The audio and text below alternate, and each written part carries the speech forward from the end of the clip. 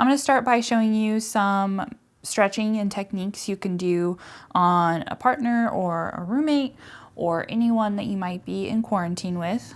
I'm just going to start by kneading the shoulders, and you're probably already pretty familiar with some form of this type of home massage. And I'm kind of just using a lobster claw motion here with my hands and making sure I get all the way down to the tip of the shoulders and back up to the base of the neck.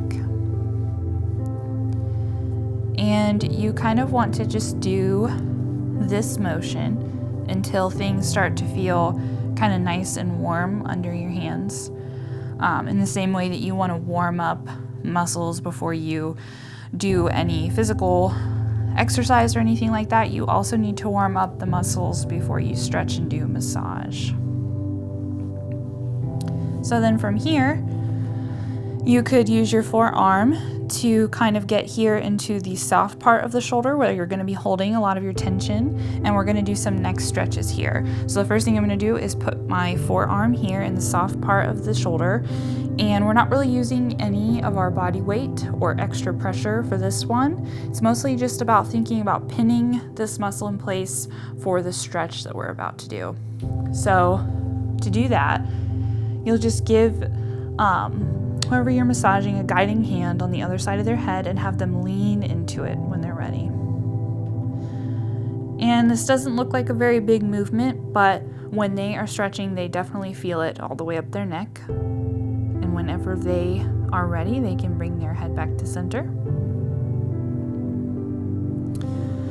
And then once you've gotten this side, you would want to think about stretching it from all angles. So from this whole muscle group right here, you kind of want to think about pinning and lengthening those muscles.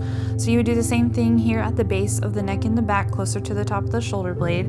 Again, give them a guiding hand. You're not really doing anything with this hand, just letting them safely lean into it. And whenever they're ready, they can bring their head back to center. You want to make sure you don't neglect down here at the edge of the shoulder either. Do the same thing. Now you can hold these for as long as you want. If they feel particularly good, you can hold them for a longer length of time. Otherwise, they can just move their head back up to center whenever they're ready. So always a good idea to come back to center and do a little bit more kneading of the shoulders. See if you feel a difference in the tension or how relaxed it is. Check in, see how they're feeling. And for demonstration purposes, we're only going to do this on one side, but after that you would then come, of course, to this other side and do those same moves on this one. So from here, you could use your forearm again to sort of do a rolling pin motion to kind of continue to stretch and lengthen those muscles back out. Just think of pressing them out and rolling them towards the tip of the shoulders.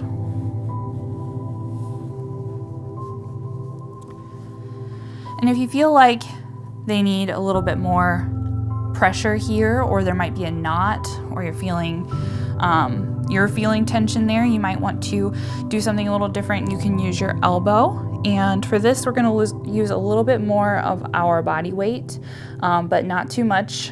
The disadvantage of doing these seated is that you cannot see the person's face, so you don't know if they are in pain or what kind of facial expressions they're making. So always be sure to check in and say, how does this pressure feel for you? Good.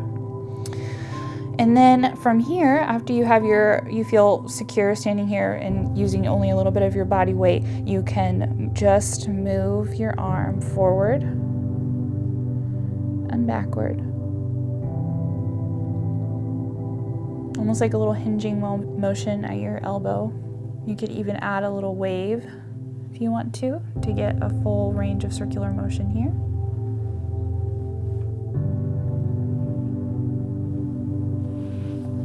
Always coming back and kneading the shoulders and checking in with how they're feeling. You can repeat any of those moves as many times as you want. If they feel like they need more of one particular thing, you can come back to it.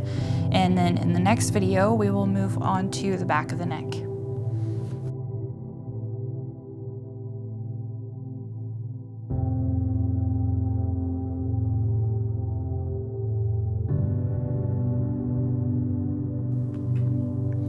Okay, now we're at the back of the neck, so we're just going to have them move their head slowly forward, tucking their chin in so that you have access to all the muscles of the back of the neck here.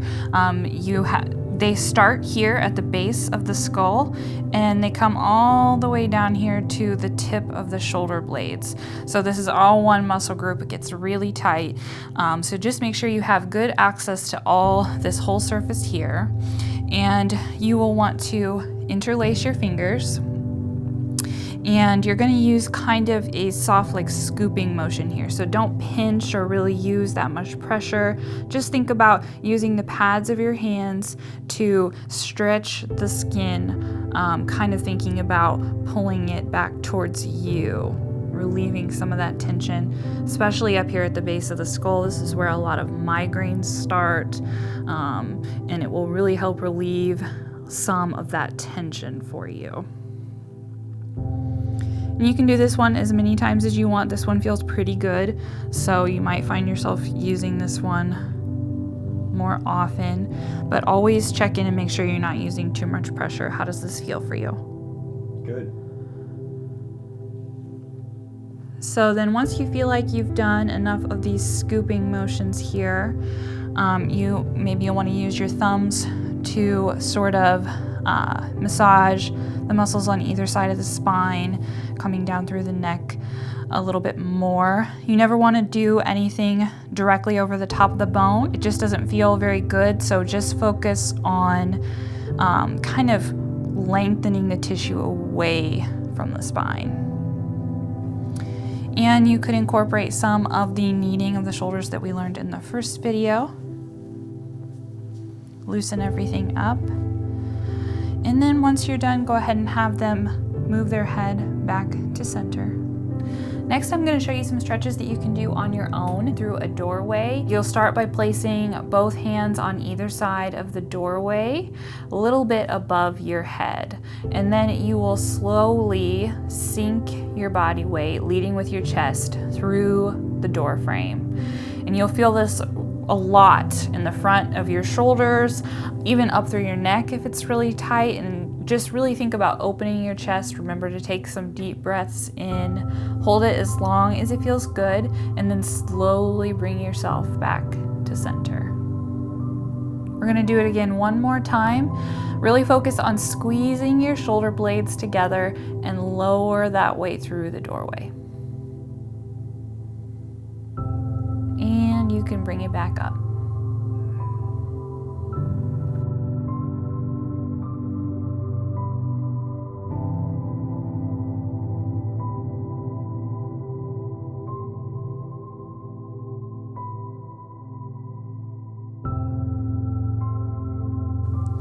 For this next stretch, we're going to do it seated in a chair.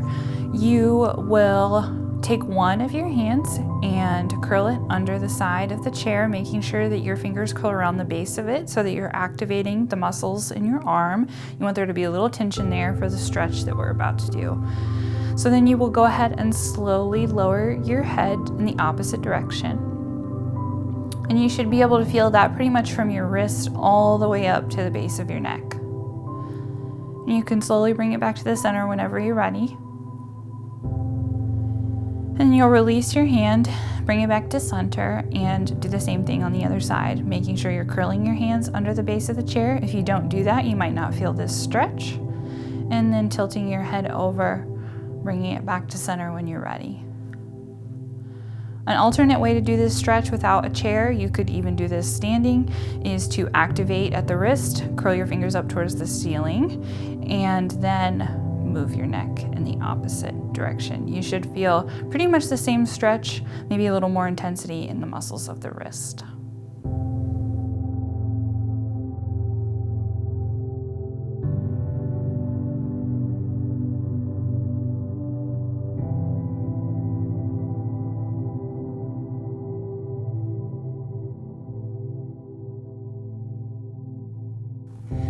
This next stretch is a chest opener. You'll perform it facing a wall, and you will put one hand against the wall, and then you will slowly walk your body so that you are then facing the back of the room. You'll hold this for between 15 and 20 seconds. Remember to breathe. You should feel this all the way up in your pecs and shoulders, and this will help relieve any tension in the back of your shoulders as well. And then you will slowly walk it back so that you are facing the wall again. And you'll repeat it on the other side. Remembering to breathe once you're facing the opposite side of the room, and walking it back to center.